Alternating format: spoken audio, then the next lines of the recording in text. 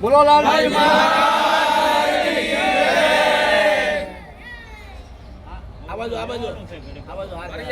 આ શેરણા ગામ તથા આજુબાજુના તમામ તળપદા કોળીએ થઈને આજે ઠાકરજી મહારાજનું અહીંયા જોરદાર સ્વાગત કર્યો છે.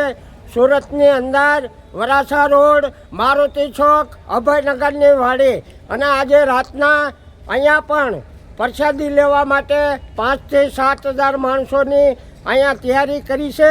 અને આ બધા જુઓ સ્વયંસેવકો છે અને જોરદાર આજનું આયોજન થાય એ રીતે આજે અમે અભયનગરની વાડીમાં તમામ લોકોએ આ કાર્યક્રમ કર્યો છે. જય લાલજી મહારાજ.